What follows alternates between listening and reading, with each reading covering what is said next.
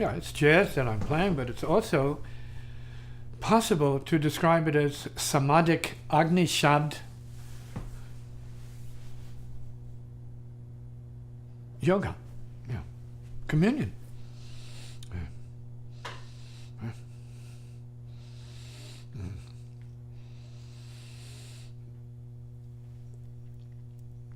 And going into the sound to the degree where the doing is no longer the doing. And the unconscious and the superconscious have their way with what it is. And for the musicians who are advanced enough to understand this, they'll say, absolutely, for real, 100%. Yeah. That's like an ultimate state for musicians, let's say, when it's a native state for others. It's like the starting ground, right, first step. First step, ladies and gentlemen, musicians throughout the world, is you can be involved with it.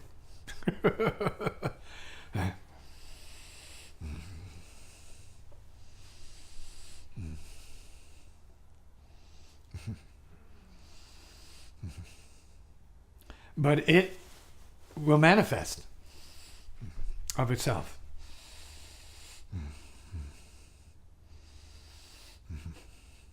It comes of itself.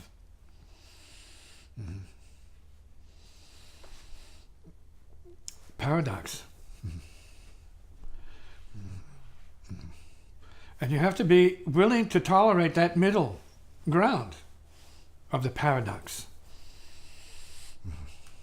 But it's easier said than done, because to get to that place where that can happen, your life can't be the way it is, in a sense. We're talking a place of real deep and profound sacrifice that some would say takes ages to get to. It takes ages to get to this age where you can let it play for you in a certain way. Or not even play for you, let it speak for you in a manner of speaking. So that the wisdom of the ages can come through it, because that's what it is at that point. See, it's not opinion. It's not just word, it's not just anything.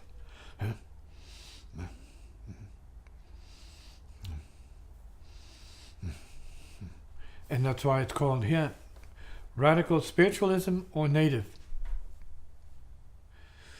So, presence. Tree de grace.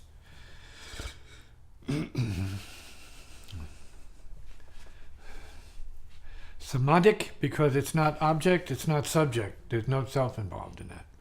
There's no such distinguishment involved in it. It's not anything. Okay. So there's no question of who.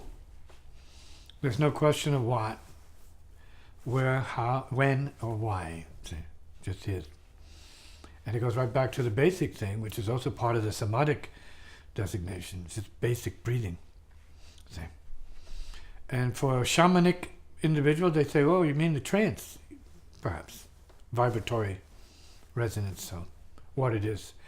The multi becomes one. See. The multi-dimensional becomes just integrated into itself. Into the human being, which is then the human being. See, this part of the human being and this part of the human being together. The angelic part and the beast part all together to the heart being. See, and then we have maybe the compassionate one. And that's what the practice is for, getting to that place where you are one with the compassionate one of yourself.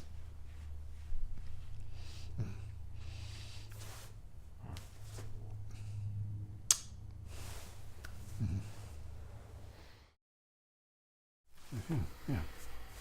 What's your question?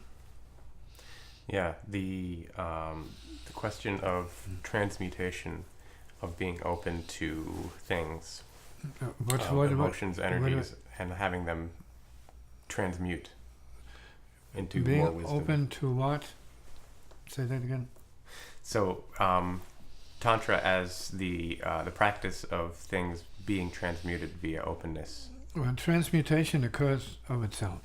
You have nothing to do with it beyond the point. So when you're studying yoga, you're getting into, let's say, exercises and technology and practices that you hope not to be making an effort towards after a certain point. See? In other words, you plateau. You exercise yourself so you get into the current of what it might be. See? It's like you train yourself. See? See? And so, if we're talking about esoteric practices, these are things that are always happening anyway. Like Tantra is continuity, let's say.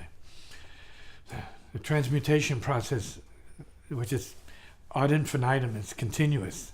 It's ongoing. Yeah. Yeah. So, like that.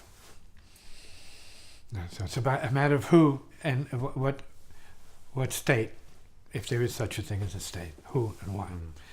So, is able to be conscious of what that might be as a bodily or emotional, astral body, causal body, or any other of one of the many subtle bodies, and the mental bodies and their subdivisions and so on and so forth, etheric bodies. All of these bodies are part of our so-called unfoldment, say, awakenment. So nobody is the big body. See, the nobody. It's the biggest body. That's the true body, the nobody. See? That's maybe the heart body. The nobody is the heart body. And that's part of it. It's part of the beauty of it. See, the mysticism of it. All right. And so when we're talking about higher Tantra, it's visualization. It's intelligence, imagination, and transcendence of the physical. It means it's always here and already done. And whatever ordinary peeps are going through with emotions, hopefully, ideally, ultimately, to get to a place where that's already occurring as a conscious process, in their case. We're not conscious in the beginning. You're becoming conscious of it. You're hearing about it. You're studying it. You're trying to align yourself with it and hope that it answers your questions and solves your problems. None of that's going to happen as far as that goes. That happens by itself when you are already okay in your karma, already okay in your liberation, self-liberation. Then it happens. Then you hear, then you see and understand things that are going on. That correspond to all these sayings and throughout the scriptures and throughout the teachings. Always here, already gone. Okay? Gone, gone beyond, beyond, right? The great mantra. Now, nothing's happening. So what's the fuss? This kind of paradox. Yeah. So it's not about two bodies doing it. It's one body, always one body. And it's a nobody doing it. It's even better. Nobody did it. It's done. Too much, eh?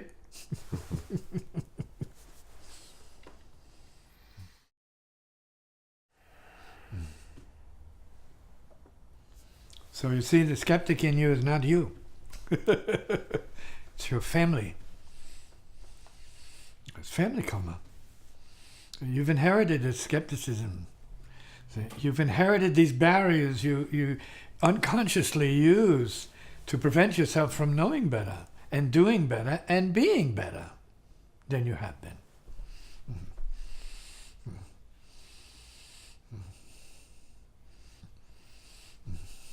The programming of have to fall back on analysis is really kind of like prehistoric. Isn't it? Right? It's reluctance. It's not willing to leap. It's stuck. So you're sitting on the rock with your elbow on your knee and your hand holding your head, trying to figure out how you got there and what's happening. Wow, is there a real question I have here or what? Yeah.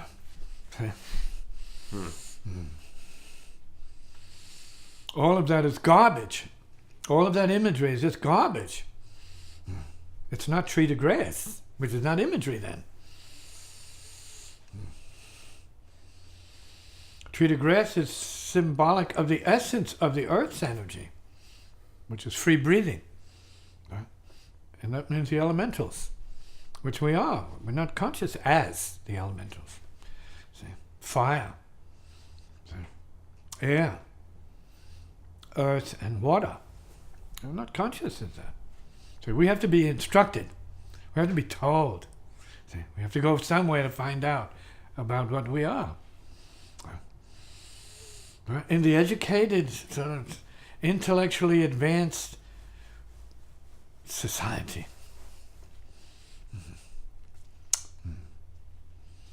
of ignoramuses who need to wake up, who need to undo what it is for themselves so they can be free to create for real. Yeah.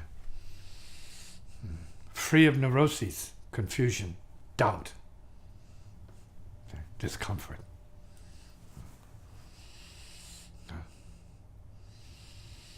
And at war with the self-questioner and the other answerer.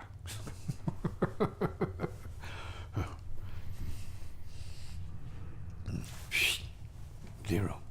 Gone. Always here, already gone.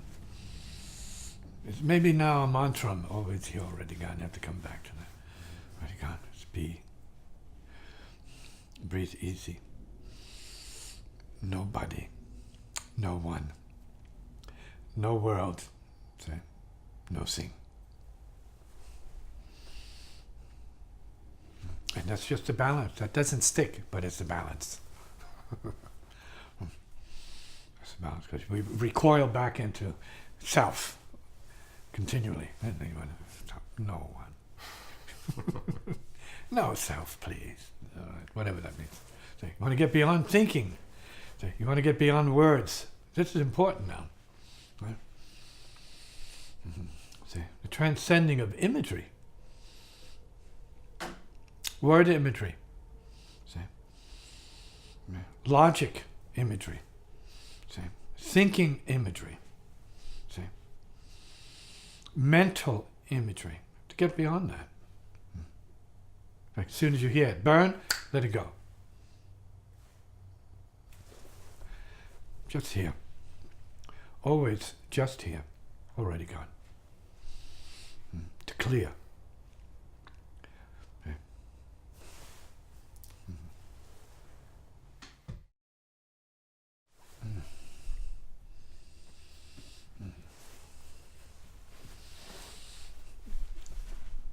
The need to function without confusion has to be of the utmost consideration.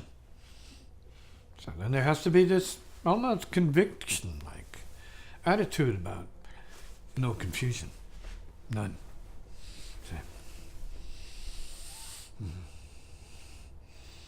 So then how do you translate this conviction of no confusion to the people you draw? Can you draw people and maintain that conviction? Where else would the confusion come from? If not for the people you draw to yourself. And allow yourself to be, as you would perceive it, confused by it. When none of that exists, except in your head. It's imaginary. Okay. Imagery. It's imaginary. That means you've created the imagery, and so things go along that pattern of self-created imagery. See, here, there's no such thing here. So if there's no such thing here for a second, it's very possible that there's no such thing for more than a second. And maybe indefinitely. There may be no such thing at all, whatsoever. So then you have what you come here for, and that is this ability or let's say, opportunity and ability, of course you have the ability to leap beyond your former programming into a new creative programming that works better for what you need to be for you beyond self-created other confusions that you're suffering as yourself. Because here you don't get any of that. Okay. Not that this is better than what's going on over there, but it's different mindset, different attitude here towards beings. Mm. And there's no question about needing beings for their stuff, their suffering, let's say. Although many people who come here are suffering, and they're conscious of it, and they want to know what to do about their suffering. And so the answer is the same for everybody. Practice. No suffering.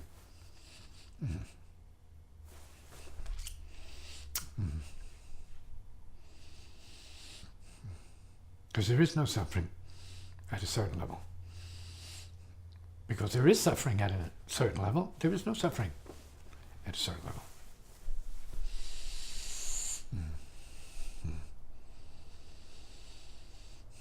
At the level of pure being, obviously there's no suffering. You can't even find any right now. It's gone. You can't even find any confusion right now because it's gone. It's nothing right now. It's clear. This proves the point. It's not persuasion. This is recognition, cognition. You see and hear for yourself, if you can. And you do. So you agree that you're seeing and hearing, not for yourself as a self, but for yourself as being. And clearly being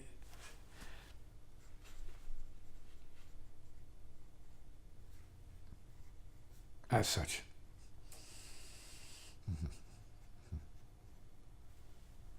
So you need to get back to that and try and find root in that. Beyond centering, just to find root in it. It's like,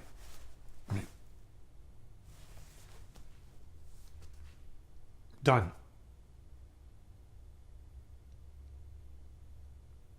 And it's not about others and their streams, their karma, and their confusion and their trips. Yeah. From that clear place in everyone, right? At the heart level, let's say we use a metaphor like that. And you're naturally going to be of service to peeps, but it doesn't mean you're going to want to hear all their garbage and absorb it and assume it's real for you. So you want to minimize that, okay, by choice. So I don't need to hear all that. Don't need it. I'm not finding fun in that. It's not what I need to hear. It's not who I am. I'm not that kind of therapist for you. Okay. And so on and so forth. So you have to make a decision whether you're going to be a certain kind of therapist or a creative spirit. Who can also be a therapist, there's no question about that. A certain type of therapist.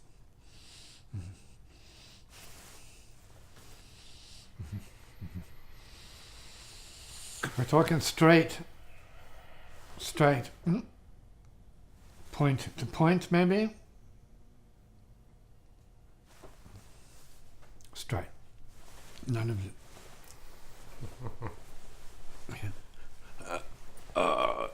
None of that. Yeah. Straight as an arrow into the heart. Boom.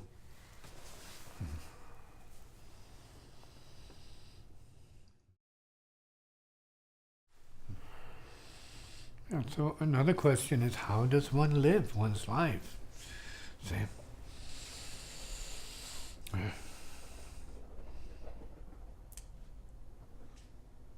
How should it be lived? without meaning, sort of like drifting, see, floating in the air. That's one way of doing it. Drifting in and out of other people's lives. The easy, no struggle, no conflict, just keep it easy. Is that real? Is that escaping something? Is that avoiding something? What is that validating, if it is so? Because you have the opposite of that, which is confronting everything and making it more stressful. So, maybe more interesting, more exciting, right? Resisting, rebelling, rejecting, reacting, right? How should one live one's life? See? One way or the other way? Somewhere nicely in between?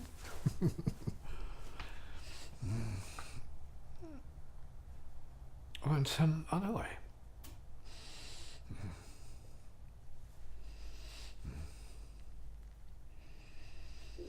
How does one live from the heart?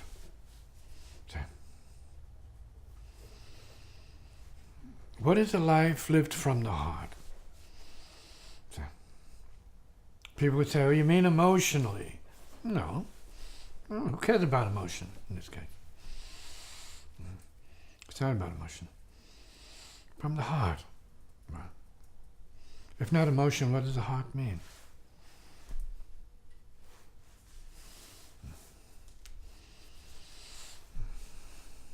No emotion.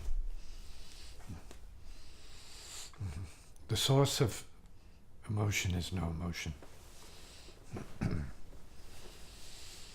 The source of being is non-being.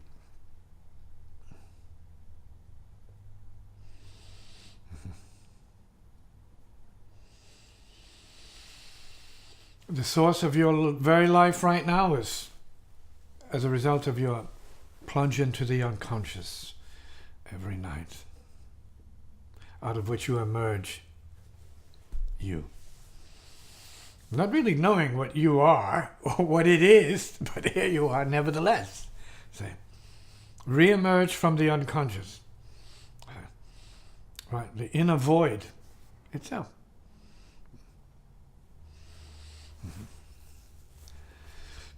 The source of all appearances. And the source of all the interpretations about all the appearances. But not addressed directly as such.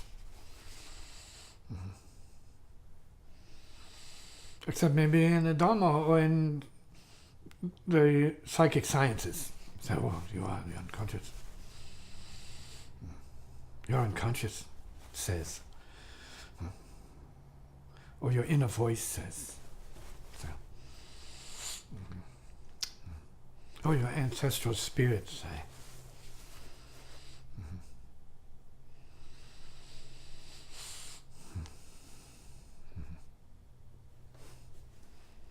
How would you live your life then as the heart of the unconscious?